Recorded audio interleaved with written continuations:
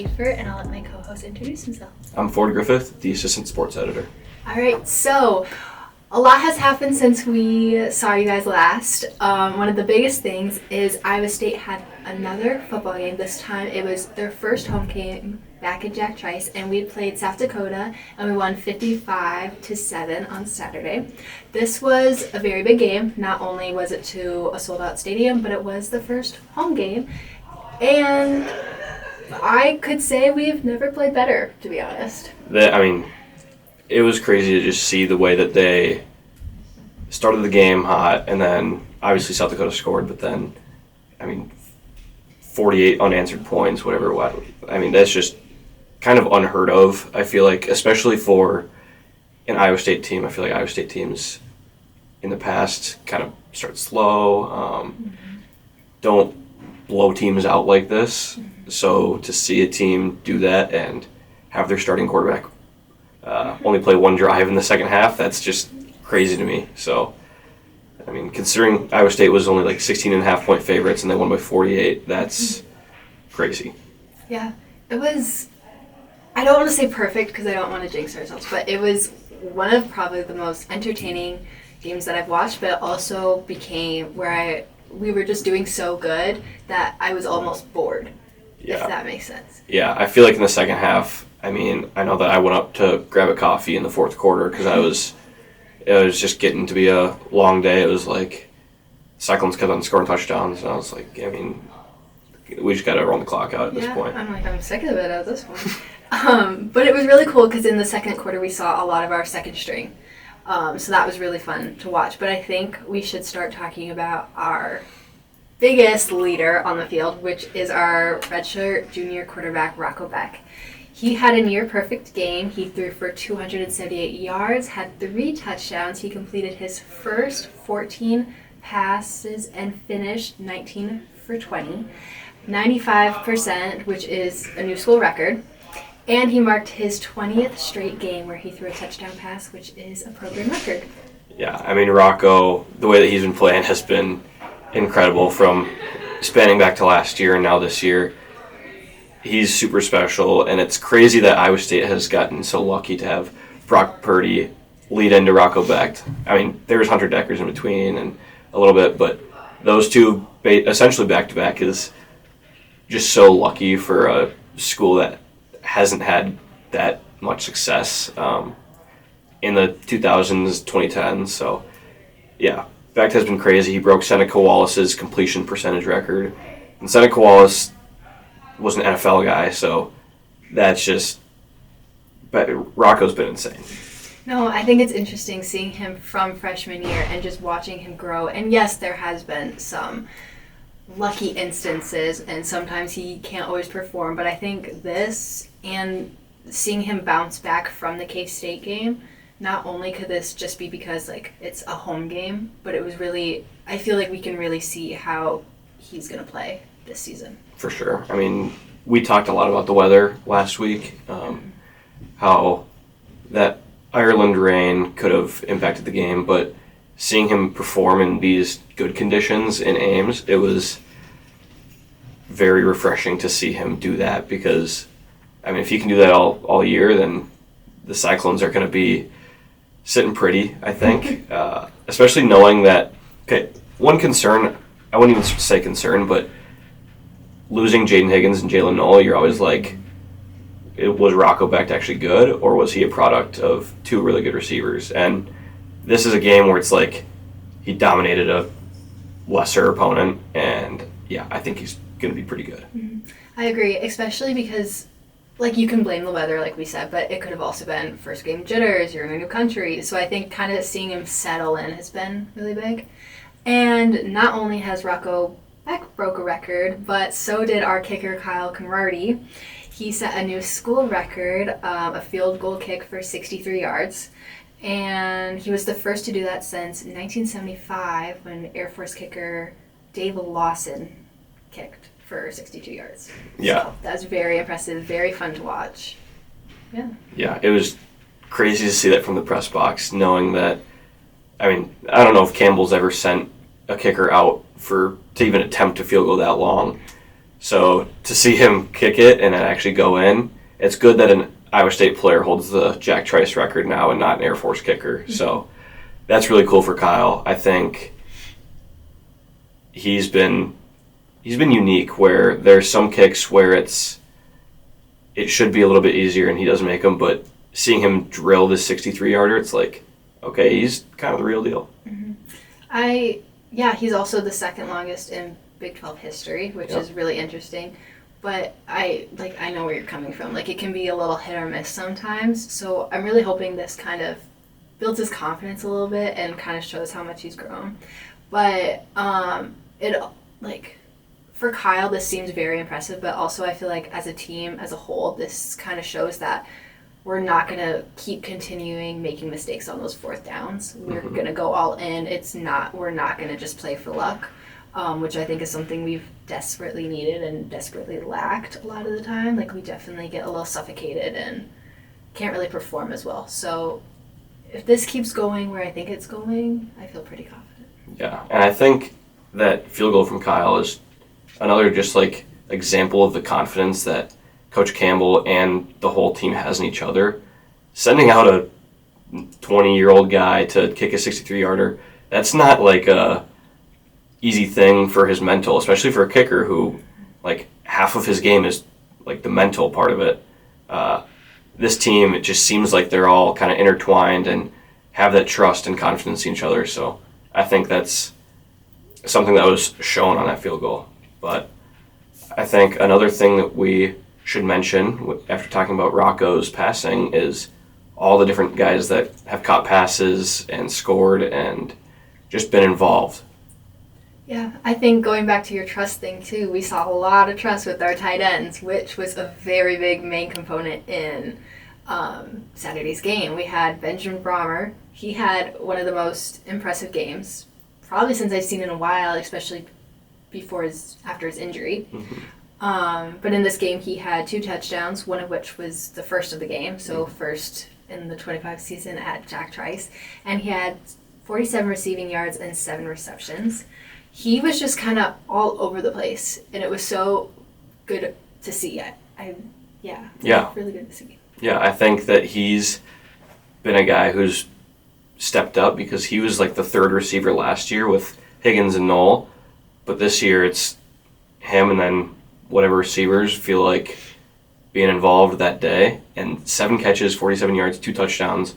I believe it was his first multi-touchdown game in his career, so I'm sure that had him pretty excited, but 3 other tight ends also caught passes. Gabe Burkle had 4 catches for 85 yards and a touchdown. Another crazy stat line. Tyler Moore had 2 catches for 33 yards, and Tripp Walsh had 1 catch for 9 yards.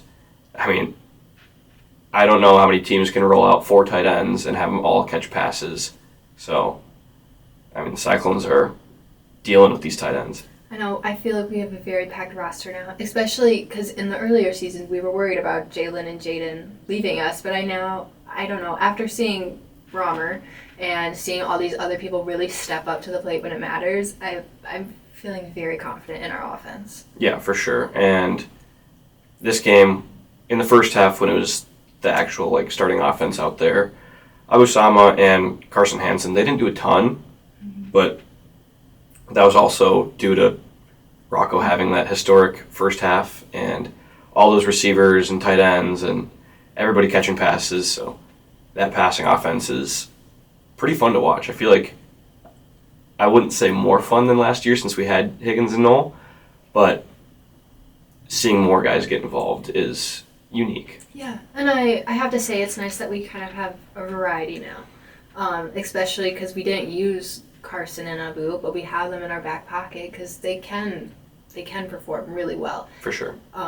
So I feel like a lot of teams don't always really know what to expect when it comes to us, especially after this game, because I never would have expected that we had 4 tight ends to have that kind of performance. Yeah, definitely. And you talk about teams not really knowing what to expect.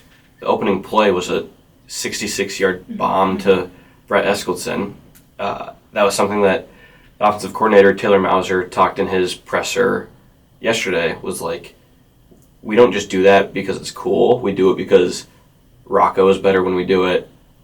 The receivers are better when we do it. Like, that just, to start the game like that, I'm sure got all the guys hyped up. Oh, for sure. And it really just sets the tone, not only like for the game itself and for the players and helps build their confidence, but really kind of for the whole season, especially on our home field. Yeah, I mean, Iowa State of the past would have handed it off to the running back and gotten tackled after 3 yards, and instead they threw a deep pass for 66 yards. I thought, when Rocco threw it and I saw Eskildson open, I was like, they just scored a 75-yarder on the first play of the game. But regardless, they scored like 3 plays later. So that was when I was watching and I was like, oh, I wonder how this game's going to start. And then that happens, I'm like, all right, I better buckle up. Yes, especially because like you're so used to like those really slow starts, and Exactly. then like it starts getting exciting. I was like, whoa, edge of my seat here. Can't believe that's coming. And then I got a little worried after South Dakota's touchdown, but we just kept coming back. It was super entertaining. It was great. I think also talking about special surprises, we saw a lot of our newcomers on the field, which was really fun. We saw Alex Mansky, which was good to see him getting some time on the field. I don't remember. Matt Campbell mentioned that the only reason he played was because another quarterback was out. Because Connor Moberly, he's still dealing with some sort of lingering injury. He just got back to practice, so they figured let him rest and then let Mansky go for it. Yeah, but he did great. He went 4 for 5 on his throws. He had 1 touchdown, 4 carries, 26 rushing, and 28 passing yards, which I feel as a freshman, this being one of your first times stepping on the field, pretty good, and it makes me feel very confident in his abilities. Yeah, that was something that Rocco touched on. Rocco was saying how Mansky, his start was definitely better than his first time seeing the field. So that's another thing where it's cool to see Rocco kind of uplifting his guys in the same quarterback room. But yeah, Mansky ran over dude for his rushing touchdown. He just completely trucked him, which, I mean, I wouldn't want to be on the receiving end of that. But yeah, like you mentioned, 28 passing yards, 26 rushing yards. Great second half from him. I mean, he played most of it, and then Major Cantrell got in there late, but it was basically Mansky with the keys that second half. Yeah, it was really entertaining to see, and to see Campbell give those extra guys, because we were winning really well. Like, it was a very good score gap, so it was good kind of seeing those other players come in. Same with Dylan Lee, who was really fun to see. Hey, that rhymed. He was a running back, and he's a great player. He's super speedy, which was really fun to see. But he had 1 touchdown, 13 carries, and 81 rushing yards. Yeah, he was the leading rusher for the Cyclones, which I'm sure anybody would have guessed either Abu or Carson Hansen, but they obviously wouldn't have known that the game would have been a blowout at halftime. So I mean, like you mentioned, it's great to get those backups in and get them some experience in these games that don't hold as much meaning or are just done, and you can put them in with no consequences. So seeing Lee, Mansky, and a few other younger receivers get in there, it's good for them. Yeah. I was also excited to see Xavier and Chase. I know Chase didn't really do much. He was just kind of there, which is okay, But for Xavier, I was really looking forward to him coming into this season, and I feel like with so many people putting attention on Chase, Xavier's not getting as much attention.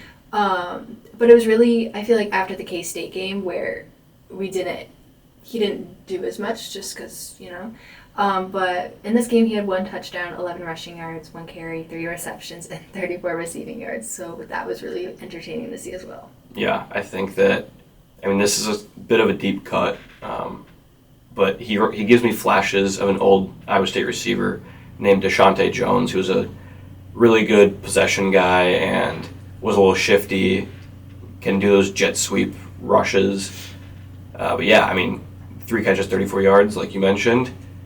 A lot of the yards came after the catch too. It wasn't that he just caught it at 10 yards or 11 yards. It was he caught it at 4 or 5 and then made a move, made a defender miss, and then got upfield a little bit. Yeah, he's very good at planning ahead, which very good to see in a player. For sure. I think defensive-wise, we had Jamison Patton, who was amazing to see. He was great. He had 6 tackles, 4 of which were solo. He had an impressive interception in the second quarter, and he had an interception return for a 22-yard throw. Yeah. Which was amazing to see. Again, kept you on the edge of your seat.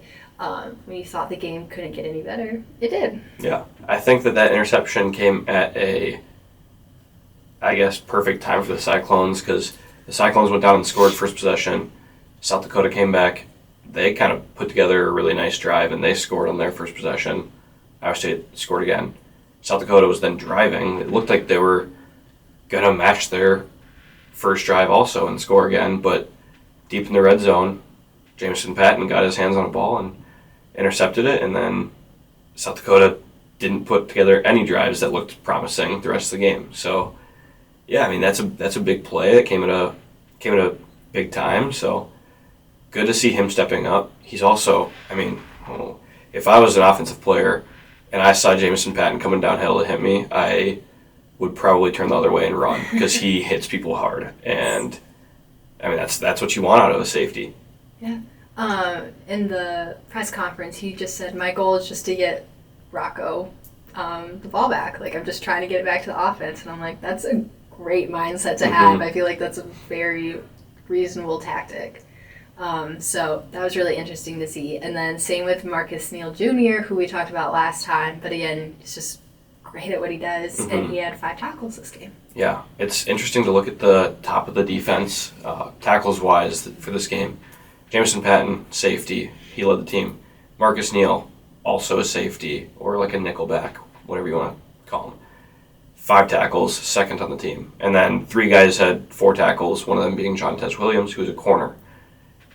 I feel like it's not super often that you see 3 guys in the secondary lead the team in tackles, but I guess that's kind of what Iowa State's been doing well, is basically the linebackers and D-line, they occupy players on South Dakota or just the other team and allow those safeties to come down and make those tackles, which, I mean, if you have hitters like Jameson Patton and Marcus Neal, you're going to find success there. I feel like we're just very good at, I feel like I've really seen our roster and I've seen what we noticed, and that's, we have so much, we have a lot to use, I guess, and that's something that not a lot of teams can say. So I think this just makes it all more interesting for the rest of the season. I'm not going to count this whole list, but just looking at the Cyclone defense stats, there are so many guys that logged a tackle in this game. It's just like, to have that deep of a roster, that deep of defense, where Coach Campbell, although a lot of them were probably backups that went in the second half, to feel comfortable throwing those guys out there and trust that they'll make those plays, make those tackles, that's another thing where it's just like, you got dudes deep in the bench that can go out and play. Yeah, we ended the game with 49 tackles in total from our defense, and it was just incredible. I thought we definitely saw a shift from the Kansas State game, so it's good to just see what we have. For sure. We're going to move on to previewing CyHawk Week. Yes. Hate Week, as it is known on campus. Yes. Big week for Iowa State. Iowa State is actually favored in this game, which doesn't really happen a lot when it comes to Iowa. But we won last year, which was great, by a field goal from Kyle as well. We won by 1 point, 20-19 last year. So that was very, honestly, lucky, considering he missed a couple kicks before that. So I definitely think we're starting on a confidence booster, based on the last 2 performances in the last 2 games. But, it's Iowa. It can go either way. Yeah, and Iowa beat Albany 34-7 last week, which obviously, take those numbers lightly because it's Albany. Like, it's similar to Iowa State playing South Dakota, where it's worst team. I think Albany isn't as good as South Dakota, but I mean, you'd expect Iowa to blow them out. But I think looking at like the box score and some of Iowa's positional players, it's there's some kind of alarming stats. Like their quarterback, Mark Gronowski, a transfer from South Dakota State, 8 for 15 for 44 yards. Rocco threw for more yards on his first pass of the game against South Dakota. So, I mean, I don't know how to use that information going into this game because, I mean, you just don't know because he was a great quarterback at South Dakota State, but obviously didn't look good in Iowa's first game. No, I definitely think with the new quarterback, Mark, I think he's almost a little flaky. He's not really kind of settled in. I saw that in the previous game against Albany, but it could just be jitters. Again, we all feel them. But he just doesn't, it almost just doesn't feel like he's ready for Iowa yet, or Iowa's not ready for him. But comparing quarterbacks, I would prefer Rocco, and that could just be because I go to Iowa State, but based on the stats that you said. Right. I think a lot of people would agree with you in taking Rocco, but Gronowski is also a runner. He ran the ball 11 times, 39 yards and a touchdown, which, and it's only 3.5 yards per carry, but still, I mean, if you can get some on the ground, then that's good for them. But also, I mean, they're receiving, because I mentioned, I guess as a team, they had 48 total passing yards, because Hank Brown went in for one pass. But they had 9 total catches, and they went to 8 guys, so they just don't really know who they can trust throwing the ball to, in a sense. I know Jacob Gill was really good for them last year, but outside of that, I don't know if they have, like, guys like Benjamin Bramer or Gabe Burkle that they can really, like, trust to throw 4 or 5 passes to in a game. Mm-hmm. And that can honestly, that could be their downfall. Like, you can't get your offense going like the way we did. That can definitely be a struggle for them, which is favorable for the Cyclones. Yeah, for sure. But looking back to last year, Caleb Johnson, Iowa's running back last year, ran all over the Cyclones, at least in the first half. And this year, they have a freshman running back, Xavier Williams, who had 11 carries for 122 yards and a touchdown against Albany. So my guess would be that Iowa State is doing a lot to prepare for him. Yes, absolutely, especially because the Hawkeyes are always favored on away games.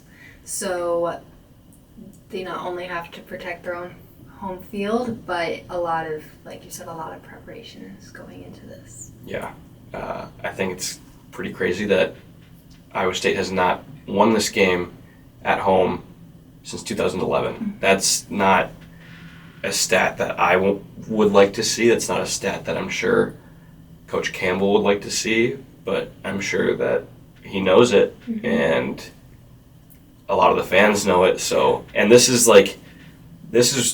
a game where I think a lot of fans are thinking Iowa State has the better team. Iowa State has the better roster, which that hasn't been the case in many years in the past. So it's so hard because it's always a scrappy game where they just throw punches back and forth. So, I mean...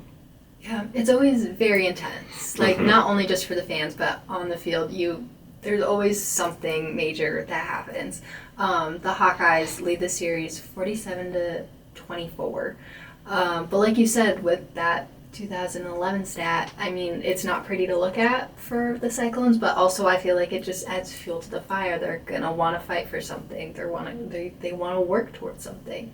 Yeah. So I feel like kind of putting that in their face a little bit, maybe not great for the ego, but it definitely helps them with their game. Yeah. I think that the team probably also wants to do it for Campbell, since Campbell hasn't won the game in Ames since he's been here. So chip on his shoulder, chip on Rocco's shoulder, chip on the whole team's shoulder, just to go out there, get it done. I mean, they're definitely capable. Like, it's not some crazy thing that they have to overcome. They just need to play football. Yeah, exactly. And then this is also a game where the big noon kickoff will be joining us. So that's really exciting for not only the players, but also the fans, just mm-hmm. to kind of see that community come together. Yeah, big noon kickoff, the Barstool opening show, where one of my favorite podcasters, Big Cat, he will be on the Barstool college football opening show at 8, and the actual Big Noon kickoff shows at 9. So I'm hoping to get down to Jack Trice a little early and see some of that, because that's an experience you don't always get. Mm-hmm. Kind of like a college game day thing. Yeah, especially on CyHawk week when you know so many people are going to watch. Mm-hmm. It's really exciting to see. The CyHawk game will be on Saturday, September 6th at 11 a.m. in Jack Trice. You can watch it on Fox or live stream on Fubo, one of those, however you pronounce it. Some other games. Anything else you want to touch on for football? Not football specifically, no. Okay. So heading into some other sports, we had a soccer game and we had a volleyball game. Yeah, volleyball played in Ohio last weekend against Bucknell and Ohio, and they swept both matches 3-0. We also had a cross-country meet. And we had, for both men and women, we had them in top finishes, so that was really exciting to see as well. Mm-hmm. And then soccer is actually the opening game of the CyHawk series at 7 on Thursday in Iowa City. That'll be an exciting one too. I'm sure that those teams are probably getting pretty amped up knowing that it's the football week also. For me, the energy on campus is just it's just a little different. Like, you can tell that it's that the Hawkeyes are coming to town and you don't want them here. So seeing all the hate week signs, it's been a fun week. I'm looking forward to Saturday. No, it's definitely intense, but it definitely brings the whole Ames community together. Seeing all the banners, Mm-hmm. seeing any sign, any quote posted on any social media, it's always really fun to see. So, yay CyHawk week. Yeah. All right. Well, thank you all so much for watching. Please like, subscribe, comment, share, and we'll see you next week.